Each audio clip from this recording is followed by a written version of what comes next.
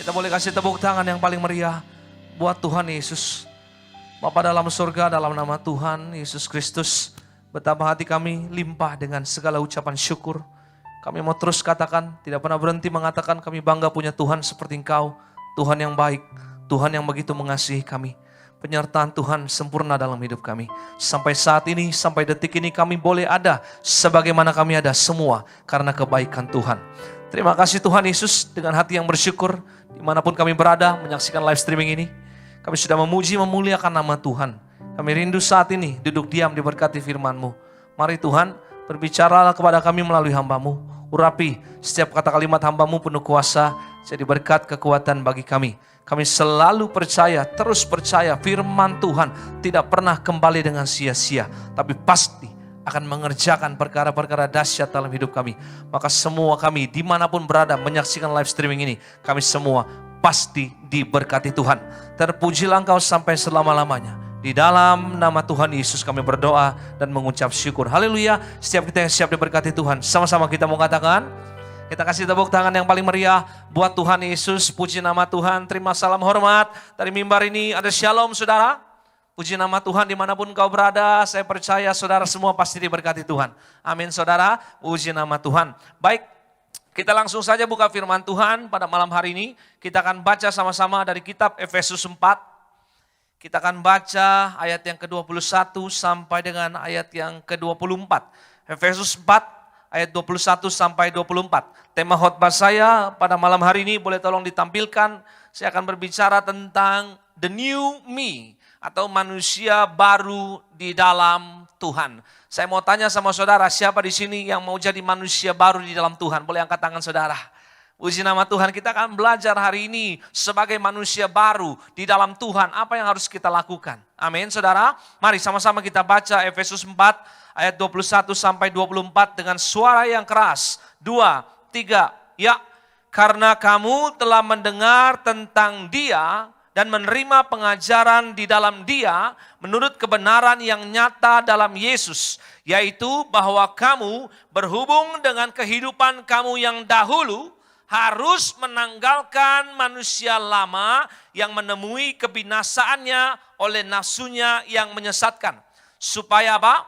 Kamu dibaharui di dalam roh dan pikiranmu dan mengenakan manusia baru yang telah diciptakan menurut kehendak Allah di dalam kebenaran dan kekudusan yang sesungguhnya. Katakan amin. Bilang sama saya manusia baru di dalam Tuhan. Tepuk tangan yang paling meriah buat Tuhan Yesus. Puji nama Tuhan. Nah saudara, kalau kita selidiki, kalau kita baca dengan seksama firman Tuhan yang kita baca tadi, Efesus 4 ayat 21 sampai 24. Sebenarnya firman Tuhan itu mengatakan begini saudara.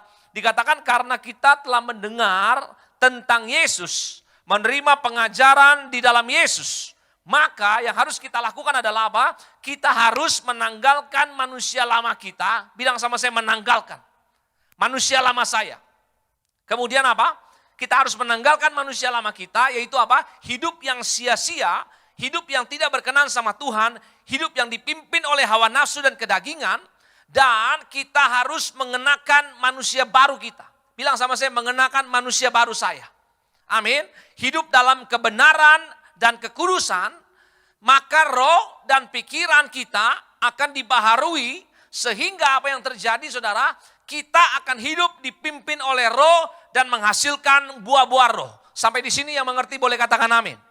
Amin saudara, mengenakan manusia baru kita, saudara berjalan dalam kebenaran, akan dipimpin oleh roh, menghasilkan buah-buah roh. Amin saudara, ini yang Tuhan mau terjadi dalam kehidupan setiap anak-anaknya. Tuhan gak mau kita binasa karena hidup yang sia-sia.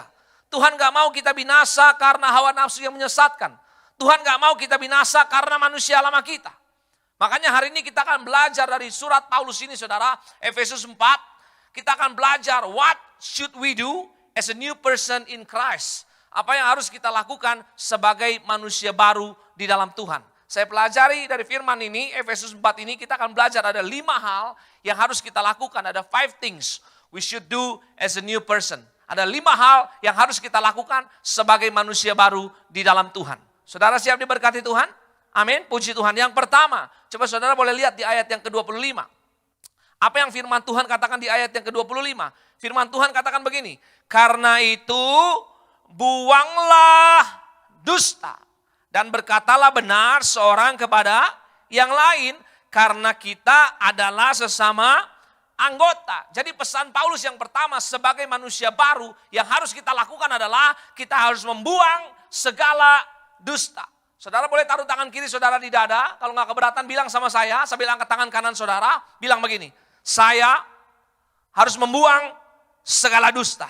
Boleh kasih tepuk tangan yang paling meriah buat Tuhan Yesus. Ini yang pertama saudara, sebagai manusia baru yang harus kita lakukan adalah kita harus membuang segala dusta. Nah saudara perhatikan baik-baik, kenapa Paulus menyebut dusta atau bohong di urutan yang pertama. Saudara harus tahu gini loh, karena yang namanya dusta adalah dosa yang paling melekat dalam kehidupan kita orang-orang percaya. Amin saudara. Yang namanya dusta atau bohong adalah dosa yang paling melekat dalam kehidupan kita orang percaya. Dusta atau bohong adalah dosa yang paling umum, yang paling sering dilakukan oleh orang-orang percaya. Banyak orang percaya beranggapan yang namanya bohong itu sesuatu yang lumrah. Banyak orang percaya beranggapan bahwa yang namanya bohong itu sesuatu yang biasa-biasa saja. Yang penting gue gak jahat sama dia. Bohong itu gak apa-apa.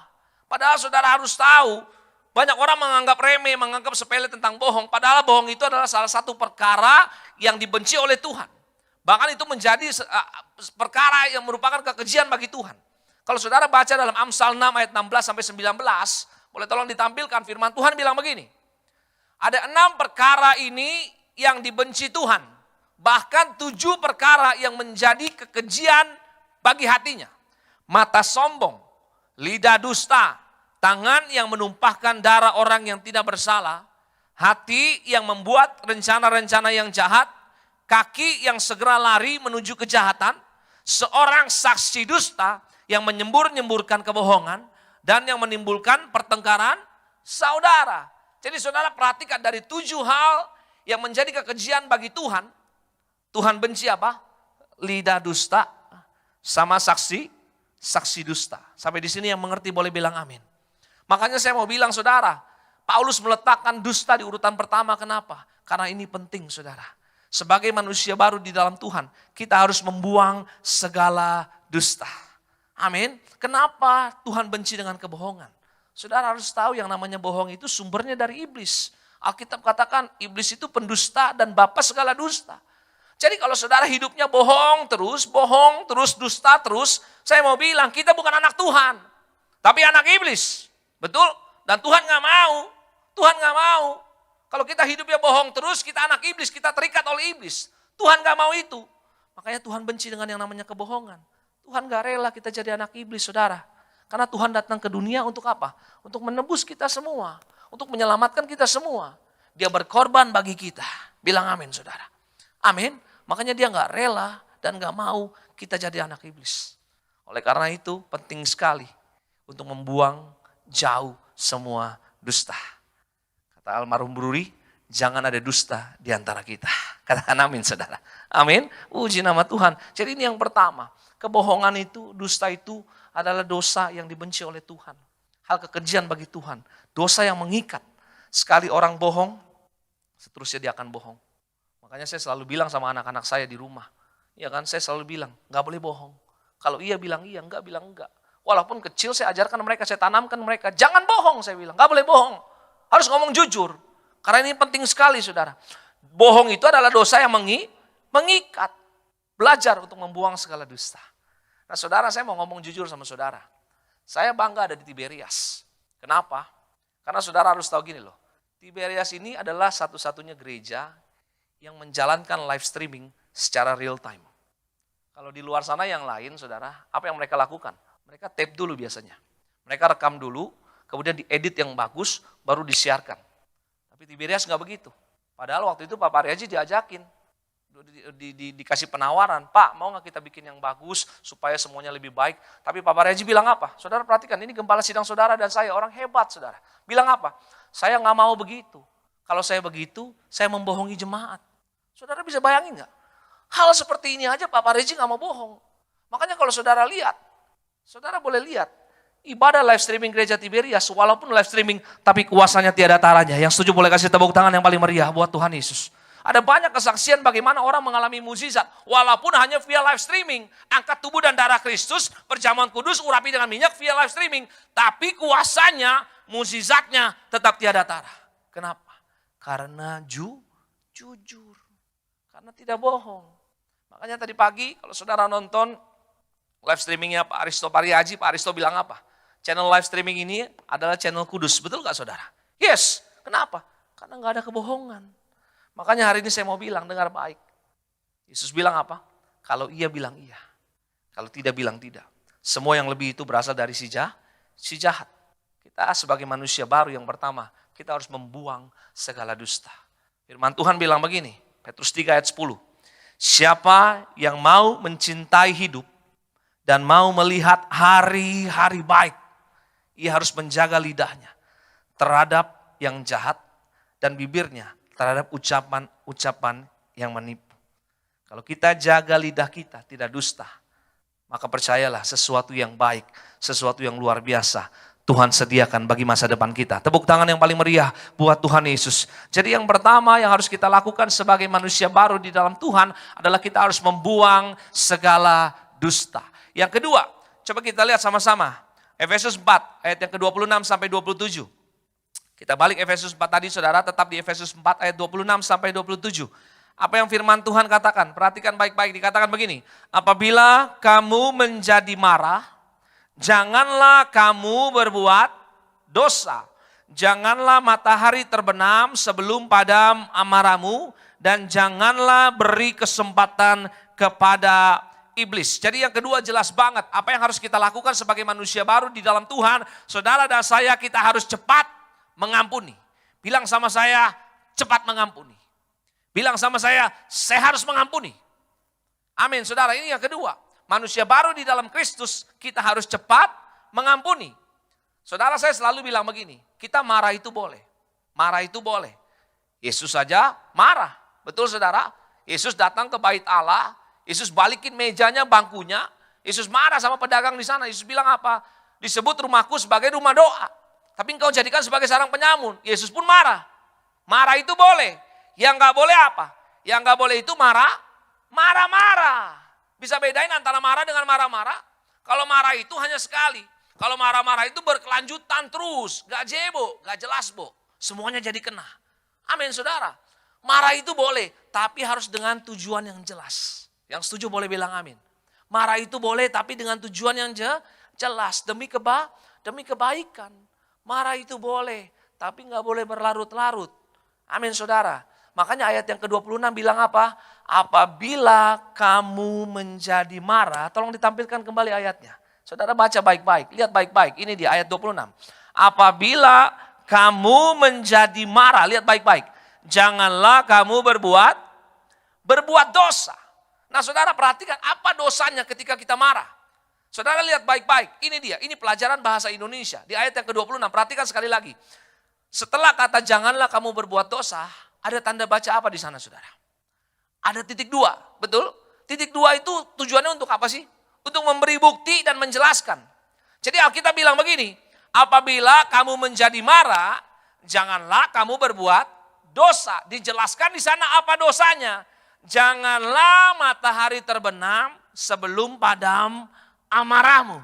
Jadi ketika seorang marah, dosanya adalah apa? Dosanya itu tidak memaafkan. Marah yang berlarut-larut, itulah yang disebut dengan dosa. Sampai di sini yang mengerti boleh bilang amin saudara. Amin, perhatikan baik-baik. Ketika seorang marah, kemudian tidak buru-buru dibereskan, apa yang terjadi? Kita sebenarnya sedang memberikan kesempatan bagi iblis. Untuk apa? Untuk menghancurkan. Itu pekerjaan iblis. Makanya kalau saudara lihat ayat yang ke-27. Paulus bilang apa? Dengan jelas. Dan janganlah beri kesempatan kepada iblis. Ini yang terjadi. Kalau saudara tidak cepat mengampuni, saudara akan jatuh dalam dosa. Iblis akan menghancurkan hidup saudara. Ini yang terjadi. Makanya jangan beri kesempatan kepada iblis. Waktu kita marah dan gak buru-buru diberesin, iblis akan bermain di situ. Iblis akan mengontrol pikiran saudara. Iblis akan memanipulasi pikiran dan perasaan kita. Sehingga yang timbul apa? Kebencian, dendam, kepahitan. Ujung-ujungnya apa? Binasa. Sudah pasti. Saya kalau khotbah, biasanya Kalau lagi ibadah offline, saya selalu bilang sama jemaat Tuhan dimanapun mereka berada. Bukan satu kebetulan, seringkali saya khotbah tentang pengampunan. Saya selalu bilang, maaf, kalau saudara tidak mengampuni, saudara nggak akan masuk surga. Saya bilang begitu. Siapa yang ngomong? Bukan saya, firman Tuhan yang bilang. Yesus yang bilang, barang siapa tidak mengampuni, Bapa di surga juga tidak akan mengampuni. Amin, saudara. Susah nggak rasanya mengampuni? Susah. Berat nggak? Beratnya bukan main. Tapi saudara harus bisa. Mau nggak mau, suka nggak suka, terima nggak terima, harus mengampuni. Ini yang harus kita lakukan sebagai manusia baru yang kedua. Amin. Kita harus cepat mengampuni. Jangan berikan kesempatan bagi iblis untuk memanipulasi pikiran perasaan saudara. Timbul kebencian, kepahitan, dendam. Pada akhirnya semua akan berakar dan ujung-ujungnya pasti binasa. Amin. Makanya hari ini yang kedua kita belajar. Bagaimana caranya menjadi manusia baru. Kita harus cepat mengampuni. Jangan tunda-tunda. Jangan beri kesempatan bagi iblis. Waktu saudara lepaskan pengampunan, apa yang terjadi? Pasti ada ketenangan. Amin. Pasti ada ketenangan. Maka engkau pasti akan selalu menikmati damai sejahtera yang Tuhan taruh dalam hidupmu. Tepuk tangan yang paling meriah buat Tuhan Yesus. Amin. Jadi yang kedua sebagai manusia baru, apa yang harus kita lakukan? Kita harus cepat mengampuni. Yang ketiga, coba kita lihat sama-sama di ayat yang ke-28. Apa yang firman Tuhan katakan ayat yang ke-28. Dikatakan demikian, orang yang mencuri, janganlah ia mencuri lagi. Tetapi baiklah ia bekerja keras dan melakukan pekerjaan yang baik dengan tangannya sendiri, supaya ia dapat membagikan sesuatu kepada orang yang berkekurangan. Perhatikan baik-baik, Alkitab bilang dengan jelas, orang yang mencuri, janganlah ia mencuri lagi. Tapi bekerja keras, lakukan pekerjaan baik dengan apa? Dengan tangannya sendiri. Nah saudara, ini berbicara tentang apa? Kalau kita tarik benang merahnya, ini berbicara tentang satu hal. Menyinggung satu hal yang namanya kejujuran. Betul atau betul saudara? Iya kan? Kita mau berbicara tentang satu hal yang namanya kejujuran. Kita mau bilang begini, jangan ambil hak orang lain. Jangan ambil apa yang bukan menjadi milik kita. Ini berbicara tentang kejujuran. Yang setuju boleh bilang amin. Makanya yang ketiga yang harus kita lakukan sebagai manusia baru di dalam Kristus, kita harus hidup di dalam kejujuran. Katakan amin saudara. Bilang sama saya harus jujur. Lebih keras lagi bilang sama saya harus jujur. Amin. Papa Aryaji selalu menyuruhkan, berkata jelas bahwa yang namanya kejujuran menyangkut pintu surga. Betul saudara? Yes. Kenapa? Karena begini loh, percuma kita melimpah dengan segalanya kalau bukan hasil jerih payah kita. Banyak orang seperti itu? Banyak. Amin, melimpah dengan segalanya, tapi bukan hasil jerih payahnya. Ada orang yang menumpuk harta, tapi dia menghalalkan segala cara. Saya mau bilang percuma. Amin. Ada orang yang punya posisi hebat, tingginya bukan main, tapi sampai ke sana dia injek sini, dia sikut sana, dia sikut sini. Saya bilang percuma. Yang setuju boleh bilang amin. Karena ujung-ujungnya apa? Binasa. Makanya hidup jujur itu penting. Alkitab katakan kerja keras dengan jerih payah tanganmu. Amin. Bukan menghalalkan segala cara. Hidup jujur itu penting. Jangan pernah takut kekurangan. Saudara dengar baik. Catat baik omongan saya. Jangan pernah takut kekurangan. Orang jujur pasti diangkat Tuhan. Katakan amin saudara. Amin. Orang jujur pasti diangkat Tuhan. Alkitab katakan barang siapa setia sama perkara kecil, dia akan setia juga sama perkara besar. Selalu ada proses di dalam Tuhan. Bilang sama saya, ada proses di dalam Tuhan. Amin. Ada proses di dalam Tuhan. Orang kalau setia sama perkara kecil, Tuhan pasti kasih perkara besar. Terbukti saudara, orang kalau jujur itu pasti diangkat Tuhan. Saya saksi sendiri, bagaimana saya lihat ada teman saya saudara, ini orang jujur. Dari muda saya kenal dia memang jujur banget, lurus banget orangnya kayak penggaris. Jujurnya bukan main saudara. Satu kali dia kerja apa yang terjadi? Dia kerja sebagai bagian finance. Dia menghandle finance perusahaan. Perusahaannya cukup besar dia kerja. Apa yang terjadi saudara? Dia ditempatkan di berbagai tempat. Tujuannya untuk apa? Untuk melakukan audit perusahaan itu. Ya kan untuk cari tahu apa, ada kejanggalan di mana dan dikirim orang itu. Nah saudara, dia pergi ke berbagai daerah di Indonesia. Dia temukan ada banyak sekali kejanggalan-kejanggalan terjadi di perusahaan dia. Ya kan? Ada banyak orang di sana saudara, saking enaknya dia bermain di sana, apa yang terjadi dia mau nyuap orang ini. Dia kasihlah begini, kasihlah begitu, ya kan? Bahkan pernah dikirimin satu plastik uang dikasih. Tapi Tapi dia bilang dia nggak mau terima. Apa yang terjadi? Orang ini akhirnya apa yang terjadi? Saudara tahu nggak? Dikirimin ilmu santet. Dia bilang dia lagi tidur, begitu dia bangun ada kalajengking saudara. Tapi apa yang terjadi? Ini orang Tiberias. Orang Tiberias banget, minyak anggur banget. Dia bilang sama saya, gua nggak takut sama yang begitu-gituan. Gua ada minyak urapan, bangun situ, gua kasih minyak, gua injek tuh kalajengking. Boleh kasih tepuk tangan dulu yang paling meriah. Buat Tuhan Yesus. Amin. Ini saksi sendiri, saya saksi sendiri bagaimana itu orang hebat saudara. Orang yang setia, disuap nggak mau, lakukan bagiannya dengan benar. Sekarang dia kepala finance di perusahaan dia, seluruh Indonesia. Tepuk tangan dulu yang paling meriah buat Tuhan Yesus. Amin. Makanya saya berani bilang begini, kalau orang hidup jujur, lakukan bagian dia dengan benar, setia sama perkara kecil, Tuhan pasti kasih perkara yang besar. Amin. Orang kalau hidup jujur, Tuhan pasti angkat. Orang kalau hidup jujur, hidupnya gak akan pernah kekurangan. Amin. Saudara kan juga tahu bagaimana kesaksian Papa Reaji di gereja ini. Bagaimana Papa Reaji dulu bilang, beliau adalah seorang yang dari muda gak pernah curi, gak pernah terima uang sedikit pun, betul? Pernah kerja, waktu itu jadi apa? Jadi bendahara, uangnya hilang, padahal bukan beliau yang curi. Tapi saudara lihat, beliau bela hak orang lain, beliau gantikan dengan gajinya. Selama bertahun-tahun kerja gak dapat gaji. Dan terbukti Tuhan pelihara Papa Reaji, Tuhan angkat sampai sekarang. Posisi yang hebat, juru bicara kerajaan sorga. Tepuk tangan yang paling meriah buat Tuhan Yesus. Makanya saya mau bilang hari ini dengar baik. Jangan curi, jangan nipu. Jangan ambil apa yang bukan menjadi milikmu. Jangan merampas hak orang lain. Tetapi hiduplah dengan jujur. Maka engkau pasti akan melihat perkara-perkara besar terjadi di dalam hidupmu. Tepuk tangan yang paling meriah buat Tuhan Yesus. Sekali lagi bilang sama saya harus hidup jujur. Tepuk tangan yang paling meriah buat Tuhan Yesus. Amin. Yang keempat, coba kita lihat sama-sama di ayat yang ke-29. Apa yang firman Tuhan katakan saudara?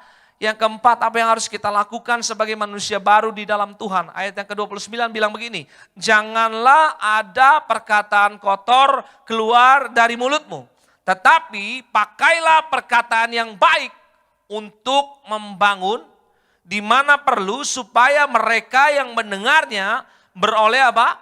Kasih karunia.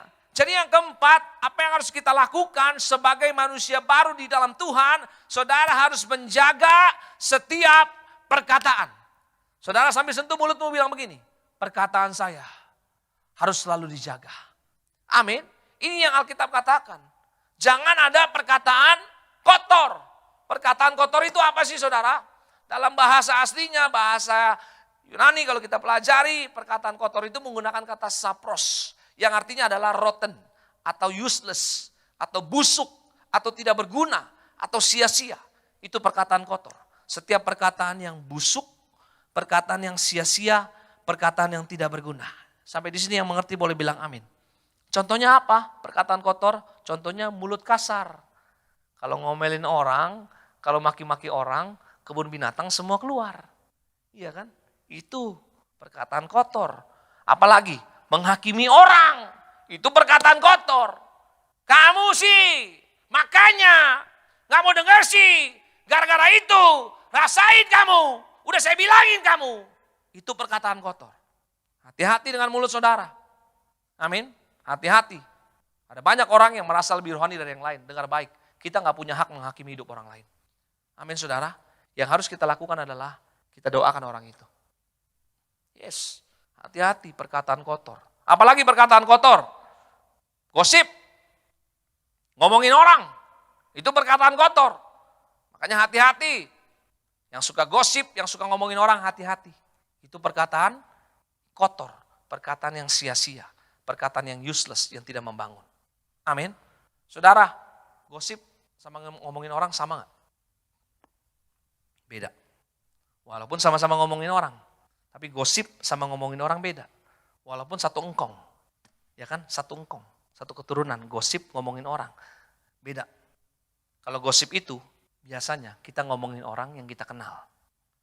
Ya kan ada teman saudara yang begini-begini kamu gosipin. Lu tau gak dia begini, dia begitu, dia begini. Itu gosip. Tapi kalau ngomongin orang levelnya lebih di atas gosip. Kenapa? Karena biasanya kita ngomongin orang yang kita gak kenal. Iya. Seringkali kita kalau jalan di mall, kita ada di mana di luar, atau datang ke gereja bahkan, kalau saudara lihat ada orang-orang yang nyentrik sedikit, kadang-kadang mulut kita gatal, betul gak saudara? Ya kan, lu lihat tuh si ibu tuh, ke gereja kok begitu sih, rambut disasak-sasak, gaya banget. Ya kan, Padahal tadi gue lihat naik angkot, so kaya. Ih, gitu. Iya, ini yang terjadi saudara. Tapi hati-hati, ini perkataan kotor, perkataan yang sia-sia, perkataan yang tidak membangun. Amin. Ini harus dibuang. Sebagai manusia baru di dalam Tuhan, kita harus buang semua itu. Orang yang mulutnya kasar, yang suka gosip, yang suka ngomongin orang tanpa disadari, dia sedang membawa dirinya semakin jauh dari Tuhan. Saya ulang sekali lagi. Orang yang mulutnya kasar, yang suka gosip, yang suka ngomongin orang, tanpa disadari, dia sedang membawa dirinya semakin jauh dari Tuhan.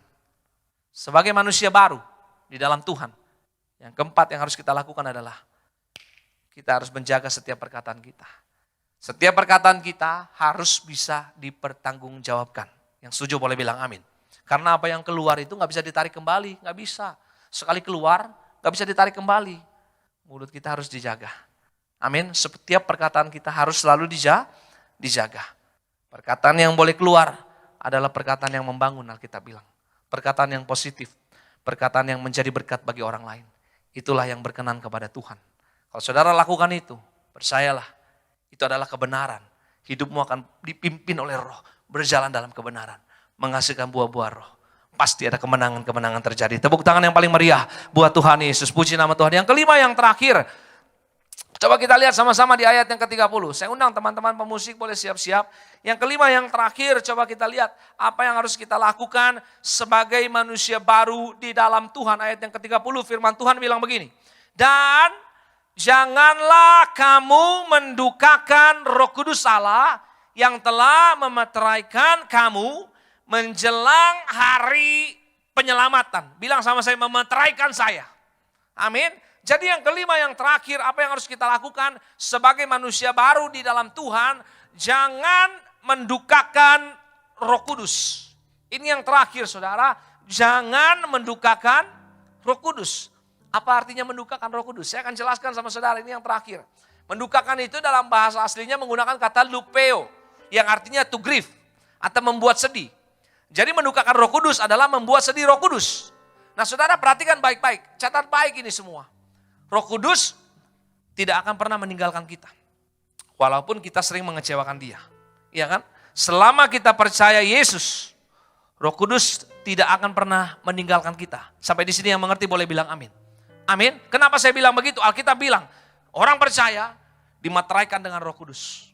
Roh Kudus dicap stempel, tinggal dalam kita. Amin. Makanya orang percaya gak akan pernah kehilangan Roh Kudus. Selama kita percaya Yesus, kita tidak akan pernah kehilangan Roh Kudus. Akan tetapi, Roh Kudus tidak dapat bekerja waktu kita hidup di dalam dosa. Saya ulang sekali lagi. Orang percaya, selama kita percaya Yesus, kita gak akan pernah kehilangan Roh Kudus. Kita dimateraikan dengan Roh Kudus.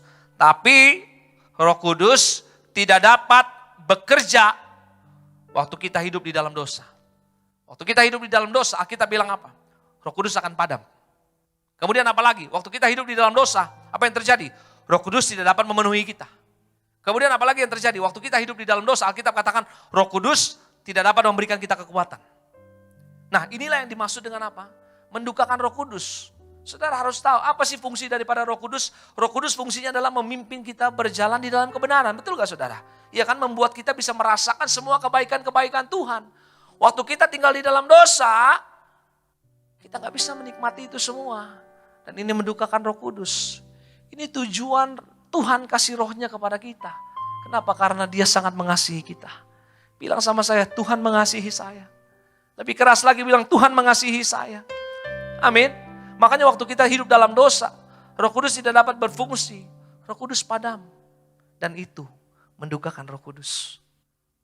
Makanya hari ini dengar baik. Selidikilah kembali hidup kita. Adakah kita selama ini masih bertahan atau tinggal di dalam dosa? Yes, kalau ada harus buru-buru diberesin. Selagi masih ada kesempatan. Kalau saudara yang ikut khotbah saya, saudara pasti tahu, dengar saya ngomong ini udah ribuan kali. Ya kan? Harus buru-buru diberesin. Selagi masih ada kesempatan. Karena hidup itu misteri saudara. Betul? Mari selidiki hidupmu.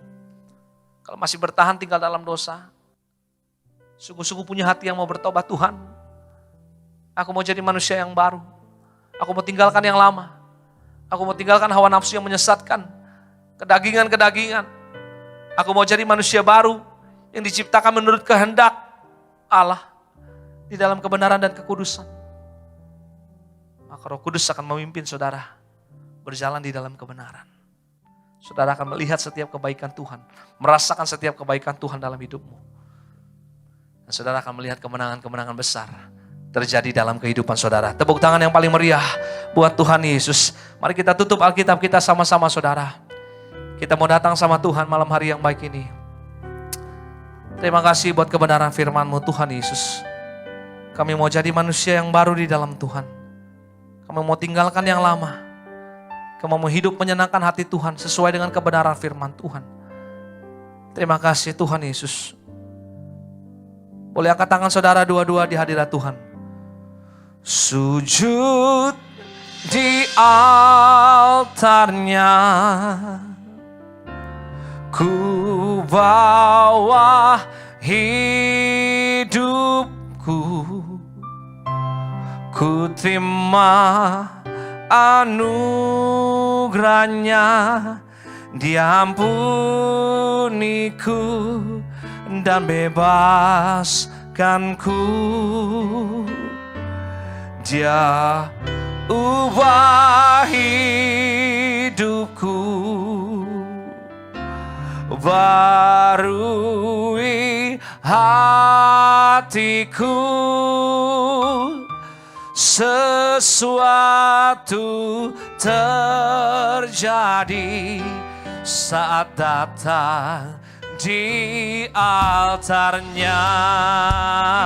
Angkat tangan saudara, bilang sama-sama. Sujud di altarnya, amin, amin.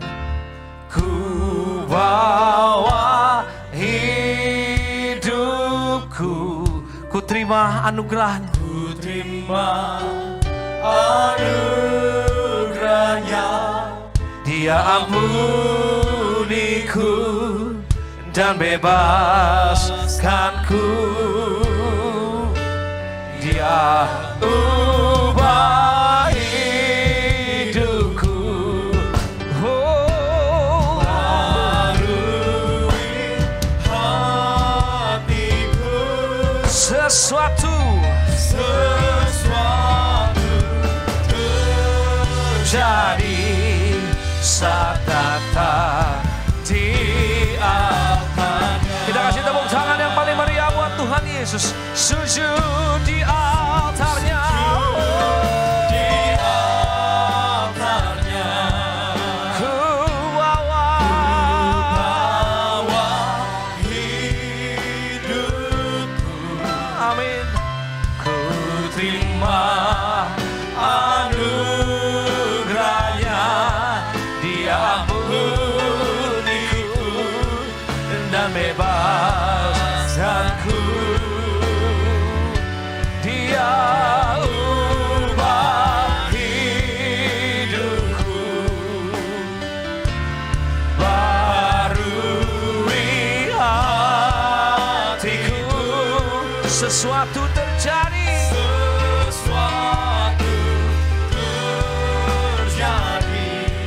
saat datang di altarnya. Biarkan musik memuji Tuhan. Saudara boleh taruh tangan kiri saudara di dada, sambil angkat tangan kanan saudara malam hari yang baik ini. Ambil waktu datang sama Tuhan. Ambil waktu renungkan firman Tuhan. Ambil waktu renungkan segala kebaikan Tuhan dalam hidupmu. Hari ini Alkitab katakan, kita telah mendengar tentang Yesus, menerima pengajaran di dalam Yesus. Maka kita harus menanggalkan manusia lama kita. Hidup yang sia-sia, hidup yang gak berkenan sama Tuhan. Hidup yang dipimpin oleh hawa nafsu dan kedagingan. Dan kita harus mulai mengenakan manusia baru kita. Hidup dalam kebenaran dan kekudusan. Maka roh dan pikiran kita akan dibaharui oleh Tuhan. Kita belajar hari ini. Apa yang harus kita lakukan sebagai manusia baru? Yang pertama, yang paling utama, kita harus membuang segala dusta. Karena dusta adalah dosa yang paling melekat dalam kehidupan kita orang percaya. Dosa yang paling umum dilakukan oleh orang percaya. Tuhan benci sama orang-orang yang berdusta. Karena dusta itu datangnya dari iblis. Kita katakan iblis adalah bapa segala pendusta. Waktu kita hidup dalam kebohongan, dusta, kita terikat oleh iblis. Kita bukan anak-anak Tuhan.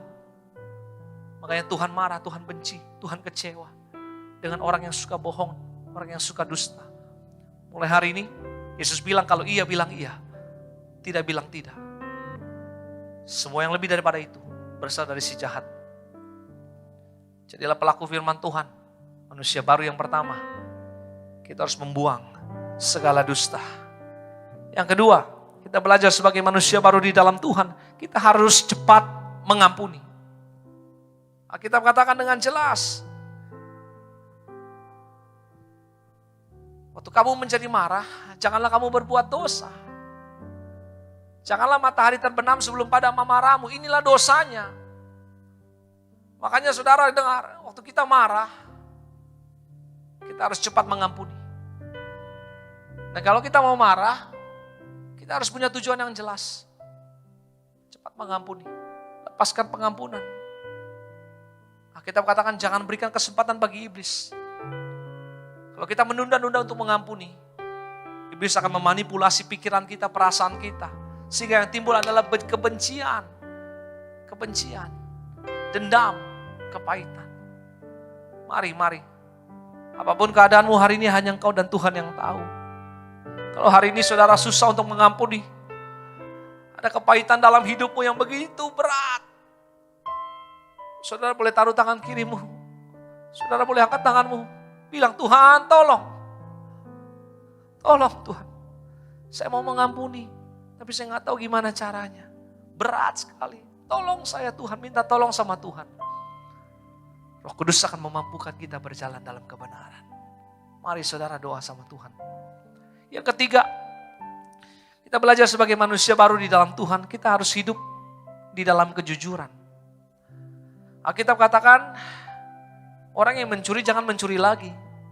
Kita harus bekerja keras, lakukan pekerjaan baik dengan tangannya sendiri. Jangan ambil apa yang bukan menjadi hak kita. Jangan ambil apa yang bukan menjadi milik kita. Hari ini, hiduplah dalam kejujuran. Percaya kalau saudara hidup dalam kejujuran, saudara gak akan pernah kekurangan. Tuhan pasti angkat saudara. Tuhan pasti pelihara saudara. Kita katakan barang siapa setia sama perkara kecil, dia juga akan setia sama perkara besar. Kalau kita jujur setia sama yang kecil, Tuhan pasti kasih kita yang besar. Yang keempat, apa yang harus kita lakukan sebagai manusia baru di dalam Kristus? Kita harus menjaga setiap perkataan kita. Kita bilang dengan jelas, jangan ada perkataan kotor keluar dari mulutmu. Tapi perkataan yang keluar haruslah perkataan yang baik, yang membangun. Mulai hari ini, jangan suka lagi menghakimi orang. Jangan suka lagi ngatain orang. Jangan suka lagi gosipin orang. Jangan suka lagi ngomongin orang. Tapi pergunakanlah setiap perkataanmu dengan baik dan benar. Semua yang keluar dari mulut kita harus bisa dipertanggungjawabkan. Karena apa yang sudah keluar tidak bisa ditarik kembali. Mari. Saudara bikin komitmen yang baru sama Tuhan. Tuhan, aku mau jaga setiap perkataanku. Mulai hari ini aku gak mau main-main lagi dengan mulut. Aku mau jaga setiap perkataanku. Yang kelima, yang terakhir sebagai manusia baru di dalam Tuhan yang harus kita lakukan adalah jangan mendukakan Roh Kudus. Waktu kita hidup dalam dosa, kita kompromi dengan dosa, terikat dengan dosa. Roh Kudus tidak bisa berfungsi sebagaimana mestinya. Roh Kudus akan padam. Dan itulah yang mendukakan Roh Kudus. Karena fungsi daripada Roh Kudus adalah memimpin kita berjalan di dalam kebenaran. Fungsi daripada Roh Kudus adalah mengingatkan kita akan setiap kebaikan Tuhan. Roh Kudus gak bisa bekerja dengan benar, tidak bisa bekerja sebagaimana mestinya kalau kita masih hidup di dalam dosa. Kalau kita masih terikat dengan dosa. Makanya mulai hari ini, sekali lagi saya katakan, saudara bikin komitmen yang baru sama Tuhan. Sebagai manusia baru di dalam Tuhan, saya mau tinggalkan yang lama Tuhan. Saya tidak lagi mau kompromi dengan dosa. Maka percayalah, Roh Kudus akan memimpin saudara berjalan di dalam kebenaran. Menghasilkan buah-buah roh, kasih, sukacita, damai sejahtera, kesabaran, kemurahan, kebaikan, kesetiaan, kelemah lembutan, dan penguasaan diri. Ini yang kita butuhkan untuk melihat kemenangan di depan sana. Kami berdoa bagi semua yang menyaksikan acara ini, dimanapun mereka berada. Lawatan Tuhan nyata dalam hidup mereka. Kasih setia Tuhan tidak pernah berkesudahan. Maka hari ini pemulihan pasti terjadi. Hidup mereka pasti diubahkan oleh Tuhan. Menjadi manusia baru di dalam Tuhan. Yang akan melihat kemenangan-kemenangan bersama dengan Tuhan. Mari saudara angkat tangan kita kembali dua-dua di hadirat Tuhan. Angkat tanganmu kembali dua-dua di hadirat Tuhan. Sujud di altarnya, ku bawa hidupku, ku terima anugerahnya, Dia ampuniku dan bebaskanku. Amin. Dia ubah hidupku, barui hatiku. Sesuatu terjadi,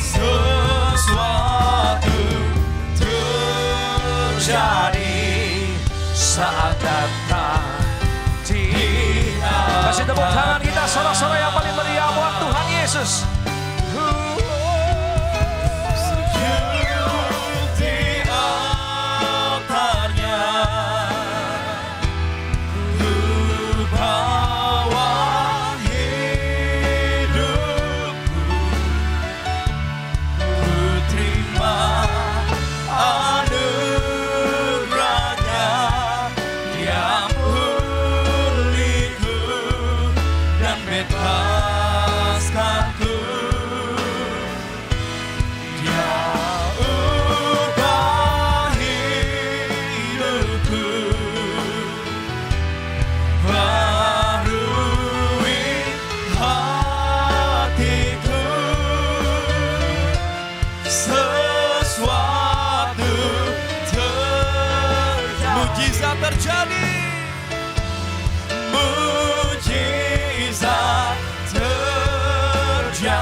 Sesuatu terjadi, sesuatu terjadi saat datang di altarnya.